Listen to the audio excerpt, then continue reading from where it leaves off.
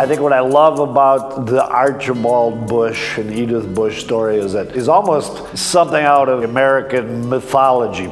He actually wore a coonskin cap, and he was just this wonderful character of the kind I don't think we're making anymore. In Granite Falls, he's still this larger-than-life character.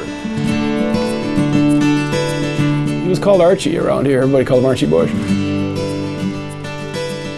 I just remember Archie standing there at the podium talking. It wasn't a small man. He had a large frame, and he was somebody who looked very distinguished. He also seemed genuine.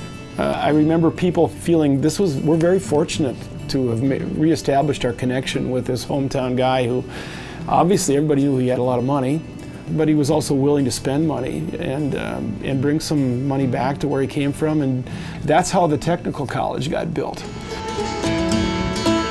The story goes that Archie left Granite Falls because of his hay fever and went to Duluth, and he displayed this incredible ambition and work ethic.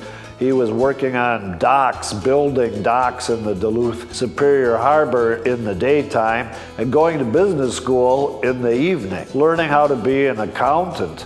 He got a job with that little company called 3M, or the company that became 3M, when an opening developed for an accountant. And the opening developed because the guy who had that job was named William McKnight. And he became, of course, the William McKnight with Archibald Bush over the years, became the two big executive forces behind 3M. Bush is in Chicago working for 3M, and he's a man about town too. He's an eligible bachelor, and he and his pals apparently like to go see vaudeville shows. And there's one theater they had a chorus like the Rockettes in New York, and the head of the chorus was Edyth Bush. Her professional name was Daisy, but the only one that called her Daisy was Mr. Bush. The rest of us all called her Edyth. And so one night he waited for Daisy at the exit door and got a date with her, and finally he married her. And by the way, at the age of 65, she showed me she could kick her legs straight up yet.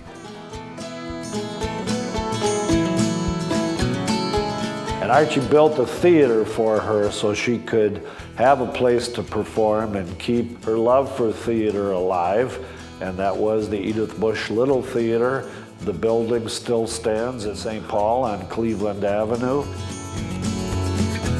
I think you can see in the giving that Archibald Bush did in his life and in the early years of the foundation, a real interest in people, which I think is related to his career in sales. Like, he's somebody whose gift was understanding people, and that his philanthropy, a lot of it was making bets on people that he thought could make a real difference.